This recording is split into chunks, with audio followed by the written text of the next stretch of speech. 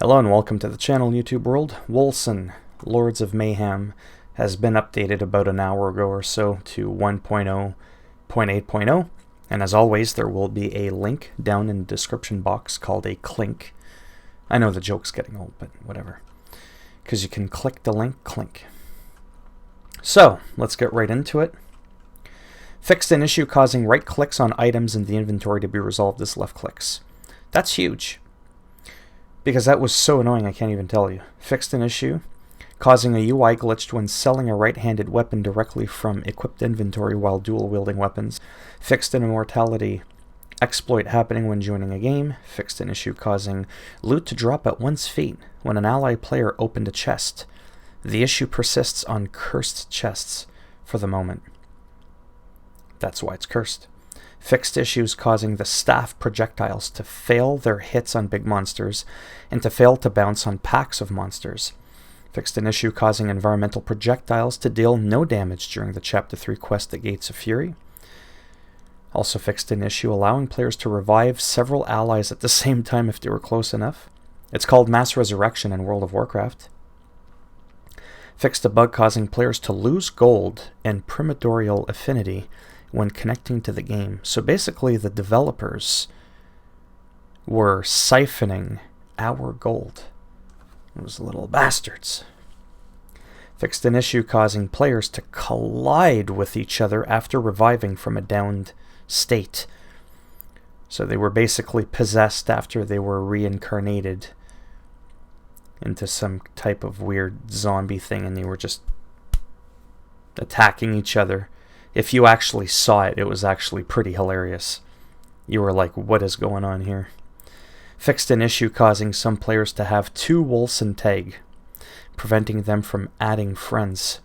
User interface. Allies' health bars are now displayed for summoned minions. Added minimap icons to some level entrances which did not have one.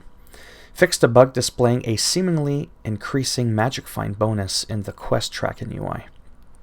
Gameplay. Reduced the level requirement for tier 15 weapons and tier 4 accessories from level 60 to level 50. Fixed an issue preventing the auto dash from receiving various modifiers from attack-related passive modes. Offering altars panel and untainted reward screens are not affected by item quantity modifiers anymore. Gate of Fates. Fixed an issue in the computation of the Blessed Silver passive node, Sparking Dart passive node, and Static Transferal passive node. I'm not that far in the game yet, so I don't even know what I just read. Active skills. Fixed an issue preventing the Baptism by Hail modifier of Havoc Orb to work. Well, that's because you're supposed to be baptized by Jesus, not by hail. Fixed an issue leading summoned monsters of other players to block you when joining a game. Fixed a bug causing summons to collide with player projectiles in force attack mode. Monsters. Noxious Swarm Wings have been reintegrated and are now properly targetable. Speaking of targets, don't even get me started on that. The whole hitbox thing. Oh man, it's frustrating. Increased the scale of the pacified exoskeleton in endgame, adjusted the health bars of the harvesters, improved the projectile capsule of small monsters, reduced the health provided by the tough boss modifier from 75% to 30%, disabled the regeneration boss modifier. The following boss modifiers now appear 20% less often: fast, tough, unstoppable, fire imbued, frost imbued, lightning imbued, physical imbued, rend imbued, sacred imbued, shadow imbued. How about just toxic, aether, powerful elemental shield, material shield, occult shield? As a result, the other boss modifiers now appear more often. Of course they do. The Justicar Elite doesn't use his exonerable advanced skill anymore. Increased the cooldown of the Justicar Elite's repeated shots from 4 to 15 seconds. Improved the indicator of the Aurora Knight's Superior Holy Dive in order to better fit the actual shape of the skill. Wealth omens now give gold every 10% health lost instead of every hit. Fixed an issue causing Uday to teleport the player out of the game area using its trap skill. Endgame. Reduced the maximum number of summoned monsters from the boss on the final floor encounter by 50%. This change concerns the following bosses: Alpha Zvir, Devourer, Demon of Souls, Alistor, Sadistic Thug, Pacified Exoskeleton, Aurora Knight, Demon of Flesh, Justicar, and Primordial Guardian.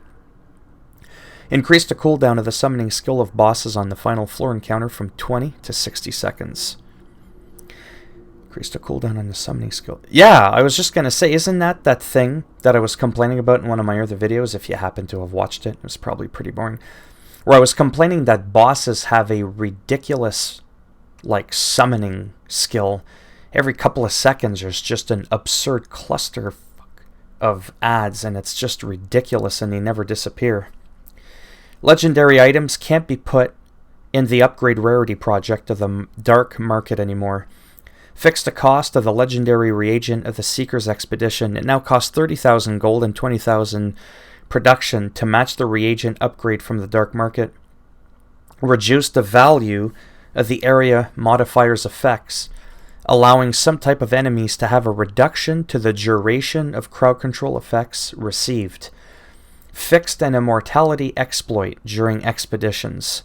If all players enter their down state at the same time, the expedition will now fail. Animation. Improved the Punisher Exoskeleton's animation. Improved Heimlock's animation during the first talk cinematic. VFX. I think that's video effects. That's just a term, believe it or not, I actually have only seen in recent memory. Fixed an issue where blood decals VFX colors did not match with certain levels. The primordial armor death effects are no longer affected by the movement effects triggered by player skills. Added a small magic effect on the female character's hand while wielding a staff. That's the animation right there. Changed rotation of female hammer swipes to fit with animation. Changed rotation of male two-handed sword swipes to fit with the animation. Audio. Fixed missing Brotherhood of Dawn melee attack sounds. Added more body fall sounds to Republic Mortar Beast and Punisher Exoskeleton after death. Improved Wings of Ishmir cast sound with a cooldown.